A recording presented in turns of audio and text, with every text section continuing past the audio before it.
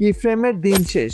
চলুন দেখি after effect 2027-এ expression দিয়ে কিভাবে ম্যাজিকের মতো মুভমেন্ট অ্যাড করবেন। এত কি ফ্রেম আর নয়, মাত্র একটা এক্সপ্রেশন দিয়েই আফটার ইফেক্ট 2027-এ তৈরি করুন স্মুথ অ্যানিমেশন। কোনো কি ফ্রেম ছাড়াই মুভমেন্ট।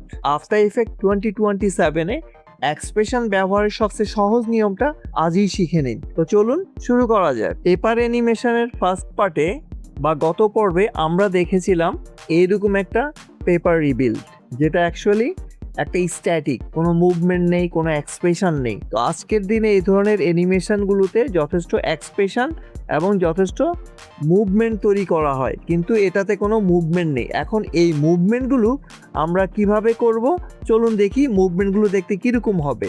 এবার আমরা আরেকটা পেপার অ্যানিমেশন চালাচ্ছি, একটু দেখুন এটাতে কি চমৎকারভাবে এই যে এটা মুভমেন্ট করতেছে, চমৎকার একটি স্মুথ মুভমেন্ট হচ্ছে, যেটা আমরা কোনো কি ফ্রেম ছাড়াই তৈরি করেছি।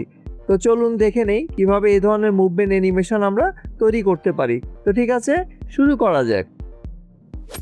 Welcome to IT Guru. IT গুরুতে স্বাগতম। এটি এমন একটি স্থান যেখানে প্রযুক্তি শেখা সহজ, আকর্ষণীয় এবং আমাদের ভাষায়। চলুন আজই শুরু হোক আমাদের শেখার যাত্রা, একসাথে আইটি গুরুতে। তো এটার জন্য প্রথমে আমাকে যেটা করতে হবে, আগের দিন আমরা যেই টিউটোরিয়ালটা করেছিলাম পেপার অ্যানিমেশন 1, সেটার একটা ডুপ্লিকেট কপি করব। যারা আগের ভিডিওটি দেখেননি তারা কাইন্ডলি প্লেলিস্ট থেকে এই ভিডিওটি দেখে নেবেন, অথবা এই ভিডিও ডেসক্রিপশানে সেটার লিঙ্ক দিয়ে দেওয়া থাকবে, আপনি সেখান থেকেও দেখে নিতে পারবেন। তাহলে আজকের কাজটি আপনার জন্য করা অনেকটাই সহজ হয়ে যাবে। তো ঠিক আছে, আমরা এখন দেখছি কি করব। আমরা এখন যেটা করব, এই যে পেপার অ্যানিমেশন 1, এটার একটা ডুপ্লিকেট আমরা তৈরি করব Ctrl+D দিয়ে, এই যে এটা, এবং এটা আমি এখন ওপেন করব। কেন ডুপ্লিকেট করলাম, কারণ আগেরটাই থাকুক, এখন আমরা এটার উপরে কাজ শুরু করব। ওকে, আচ্ছা। তো প্রথম আমাদের যেটা করতে হবে, এটা আমরা একটু রান করে দেখি যে এটা একদম প্রথমটার মতোই স্ট্যাটিক আছে, কোনো রকম এক্সপ্রেশন বা মুভমেন্ট নেই। তো এবার আমরা এটাকে মুভমেন্ট দিতে গেলে যে কাজটা আমাদের করতে হবে, প্রথম আমাদেরকে এই যে লাস্ট লেয়ারটা বাদে, যেটা আমাদের ব্যাকগ্রাউন্ড, সেটা বাদ দিয়ে আমরা কি করব, প্রথম যেই 3টা লেয়ার আছে এই 3টা লেয়ারকে একটা লেয়ারে পরিণত করব। সেটা আমরা কিভাবে করব, সেটা আমরা এটাকে একটা প্রি কম্পোজ তৈরির মাধ্যমে কাজ করতে পারি। তো ঠিক আছে, আমরা এটাকে রাইট ক্লিক করে আমরা প্রি কম্পোজ, এবার আমরা একটা প্রি কম্পোজের নাম চলে আসছে অটোমেটিক, আপনি চাইলে নামটা চেঞ্জ করতে পারেন, কোনো সমস্যা নেই। ওকে, এখন এটা একটা লেয়ারে পরিণত হয়েছে।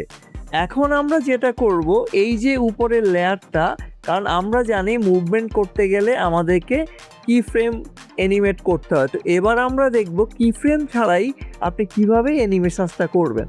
এর জন্য আমাকে যেতে হবে পজিশনে। আমি এখান থেকে পি প্রেস করব, আমার এই যে পজিশনটা চলে আসছে। এখন এখানে এক্সপ্রেশন আমি দুভাবে যেতে পারি, একটা হচ্ছে আমি রাইট ক্লিকের মাধ্যমে এই যে এডিট এক্সপ্রেশনে যেতে পারি, আরেকটা হচ্ছে আমি অল কি প্রেস করে, আমি যদি এই যে ক্লক বাটনটাতে করি, তাহলে দেখবেন আমার এই যে এক্সপ্রেশন পজিশনটা চলে আসছে, এবং এখানে লেখা আছে ট্রান্সফর্ম পজিশন, এই জিনিসটা লেখা আসবে।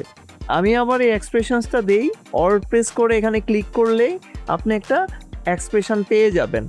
ওকে, আচ্ছা, এই যে আমাদের কাছে এক্সপ্রেশনটা আসছে, এখন এখানে আমরা কি এক্সপ্রেশন দেব, এক্সপ্রেশন হচ্ছে কিছু সিম্পল স্ক্রিপ্ট, অনেকটা প্রোগ্রামিংয়ের মেথডের মতো। এখানে কিছু ইনবিল্ট মেথড আছে বা প্রিসেট আছে, যে প্রিসেট মেথডগুলোর মাধ্যমে আমি কিছু ভ্যালু অ্যাড করে এই মুভমেন্টটা তৈরি করতে পারি। তো আমি প্রথম উইগেল বলে একটা মেথডস আছে, যেমন আমি এখানে ডাব্লিউ দিয়ে সার্চ দিলাম, এখানে দেখেন অনেকগুলো মেথডস আছে, আমি এখান থেকে নিব উইগেল, এটাতে আমি ডাবল ক্লিক করব। ওকে, আমি আবার খেয়াল করাই আপনাদেরকে, আবার দেখাচ্ছি। আমি এই এক্সপ্রেশনটাতে চলে গেলাম, এই যে এক্সপ্রেশনসটা আছে, আমি ডাব্লিউ প্রেস করে এই যে উইগেলটাকে ডাবল ক্লিক করব।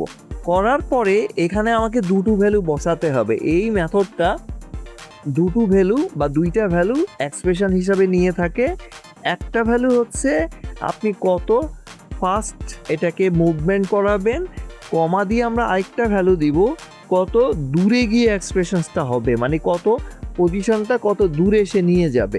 ওকে, এবার আমি যদি এখানে ক্লিক করে এটাকে একটা এন্টার প্রেস করি বা ডাবল ক্লিক করি, এই যে এন্টার করলাম বা এই যে এখানে আমি যদি ক্লিক করি, দেখুন এটা কিন্তু আমার এই যে এন্টার দিলেই অটোমেটিক্যালি আমি সেকেন্ড লাইনে যেতে পারবো, অ্যানাদার এক্সপ্রেশন, রাইট?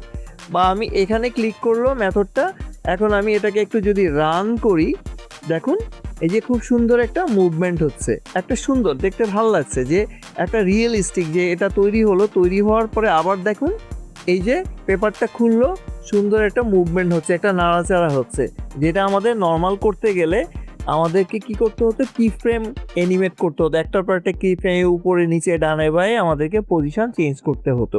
আশা করছি আপনাদের ভিডিওটি অবশ্যই ভালো লাগবে, আর যদি ভালো লেগে থাকে তাহলে অবশ্যই লাইক করবেন এবং শেয়ার করে আপনার বন্ধুদের জানিয়ে দিবেন। আর আপনাদের মূল্যবান কোনো মতামত থাকলে অবশ্যই কমেন্ট করে জানিয়ে দিবেন, ভালো কেন লাগছে না বা না লাগলে অবশ্যই আমাদেরকে কমেন্ট করে জানিয়ে দিবেন। আর যারা এখনো চ্যানেলটি সাবস্ক্রাইব করেননি তারা সাবস্ক্রাইব করে নেবেন, যাতে আপনি লেটেস্ট সাবজেক্টগুলো সহজে পেতে পারেন এবং সাথে সাথে বেল আইকনটি অন করে রাখবেন। তো ঠিক আছে, তো এটাকে আপনি যদি চান যে আর একটু ফাস্ট করবেন, এখানে আপনি ভ্যালুটা চেঞ্জ করে দিতে পারেন। ওকে, তো দেন আমরা এই এক্সপ্রেশনে চলে যাব, এখানে ক্লিক করলেই দেন আমি এটাকে প্লেতে নিয়ে আসব, জাস্ট আবার প্লে দেই।